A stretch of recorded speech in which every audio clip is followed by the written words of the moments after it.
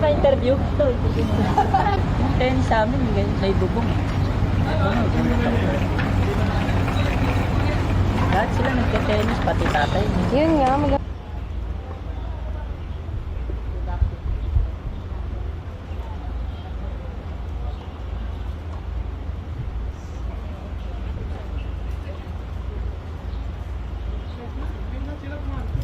Pwede kayo na-interview sir? Yes, sa tennis. Sa tennis. Pwede pa siya. Sige, Mary Carlo, why are you here today sa WTA 125? What made you want to watch?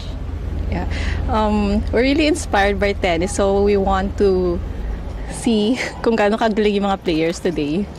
Yeah, and this is the first international event here in the Philippines, so it's really exciting to catch this live. You didn't want to miss the event? Yes, yeah. Oh, okay. Any person particular na ba't kayo na-inspire simula mag-tennis?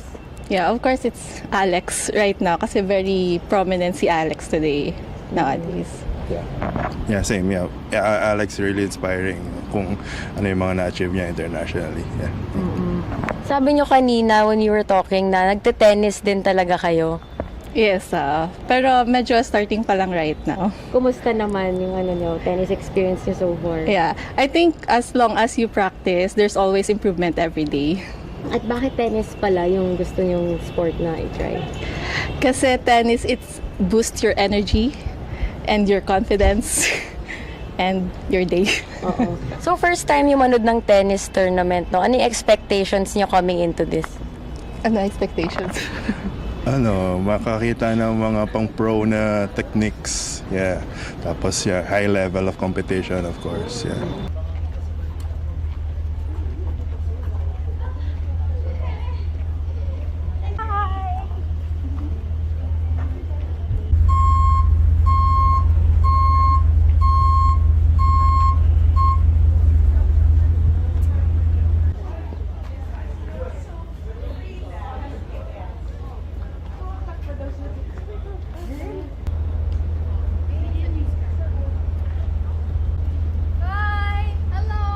Hello ma'am, pwede ma-interview? Yes, sir. Morning. Sabihin, ano kami boy Hindi na. Is this your first time watching tennis? Yes, this is my first time. Not my first time because I watched my sister, but first like professional WTA. How excited are you now? We have a WTA tournament. Oh my gosh, super!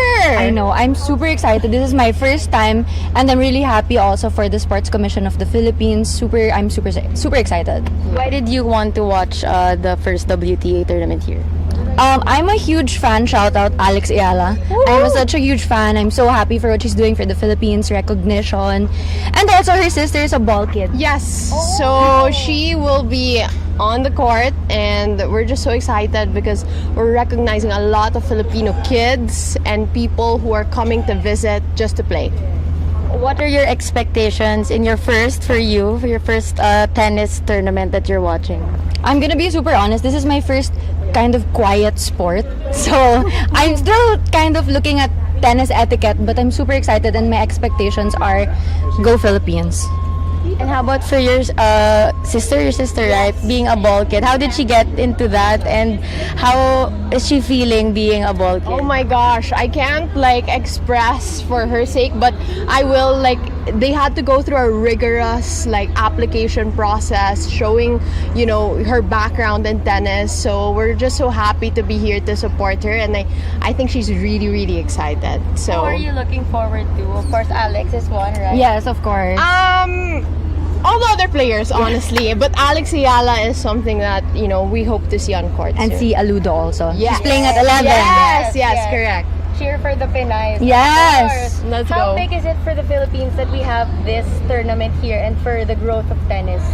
Honestly, this is huge. It is. I know we're still in the qualifying rounds, but honestly, the support is there. You can see a lot of people just coming in and very, very excited. So I love that it's also women empowerment, and this is what we stand for. And I'm a big fan, honestly. Yeah. I'm just happy it's because we've always been known for basketball, and I'm just really happy it's more kind of, I wouldn't say female focused, but a lot of female empowerment. Sabi niya, wait lang. Welcome to WTA Philippines. Guys, why are you here in Rizal for the Philippine Women's Open? To support our Filipino players, of course, and to watch the amazing players who will be joining the WTA 125. I heard you guys play tennis. Meron bang specific reason or person that inspired you to play tennis? Alex. Ako wala naman. Just for fun. Basically, walang specific, but here in the Philippines, of course, yung mga players natin who would be representing the Philippines. Is this your first time to watch tennis? Na part ng for me, yes. Ano yung expectation mo coming into this tournament?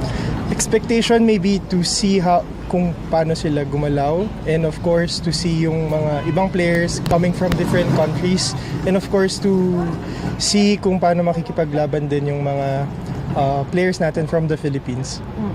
And as someone who plays tennis, gaano kalaking bagay to sa'yo to see yung mga high-level players na maglaro?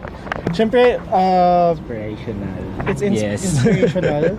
And siyempre makikita din namin yung mga moves nila, and maybe we could also do it on court kapag naglalaro Learn kami. from them.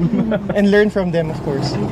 May message ba kayo sa ating Pinay players? Kasi right now, 3 are in the main draw and si Steffi is currently competing to enter yung main draw. Good luck to the players. I hope that at least one of them would be able to reach the finals and to get that championship. Okay. Buong name mo. Physical name mo.